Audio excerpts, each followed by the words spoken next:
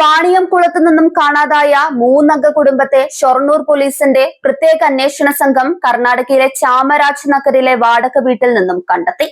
പാലക്കാട് വാണിയംകുളത്തു നിന്നും കാണാതായ 3 അംഗ കുടുംബത്തെ ഷൊർണൂർ പോലീസിന്റെ പ്രത്യേക അന്വേഷണ സംഘം കർണാടകയിലെ ചാമരാജ് നഗറിലുള്ള ഒരു വാടക വീട്ടിൽ നിന്നാണ് കണ്ടെത്തിയത്. ബാബു ഭാസ്കർ, ഭാര്യ രമാദേവി, മകൻ വിഷ്ണു എന്നിവരെയാണ് കാണാതായത്.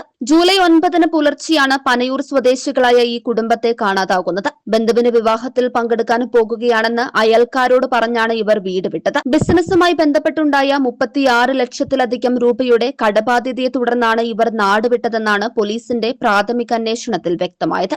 ഏകദേശം 300-ലധികം CCTV ദൃശ്യങ്ങൾ കേന്ദ്രീകരിച്ച് നടത്തിയ വിശദമായ പരിശോധനയിലാണ് കുടുംബം ചാമരാജ് നഗറിലുണ്ടെന്ന നിഗമനത്തിൽ പോലീസ് എത്തിയത്.